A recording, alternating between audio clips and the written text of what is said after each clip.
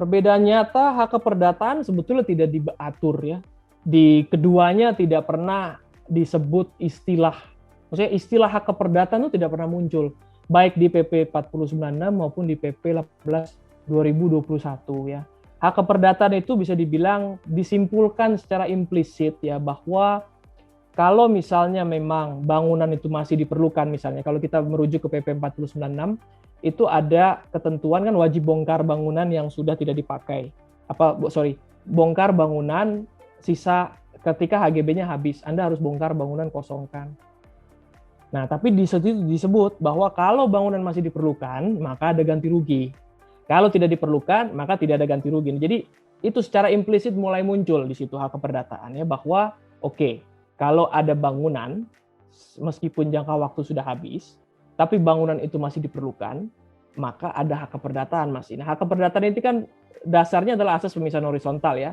Meskipun saya habis hak atas tanah hapus, barang-barang di atas tanah kan masih punya saya sebetulnya ya, dan itu kan harus dihargai. Nah, ada pengaturan harus dibongkar, tapi kalau masih diperlukan, itu akan diganti rugi. Ya, jadi disitulah hak keperdataan. Hak keperdataan dalam arti saya masih memiliki bangunan.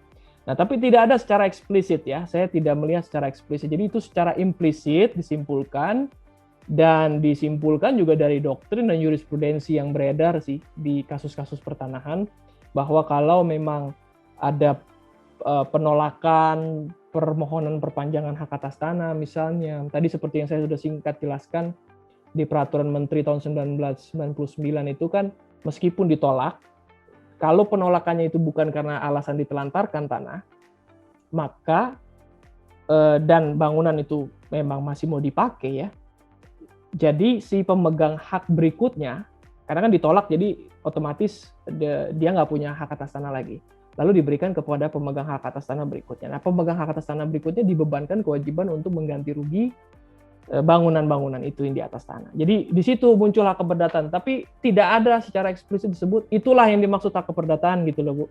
Jadi memang hak prioritas sendiri memang ada beberapa peraturan sebelumnya ya, tapi yang betul-betul secara formal ditetapkan itu sebetulnya baru di 18 2021 ini.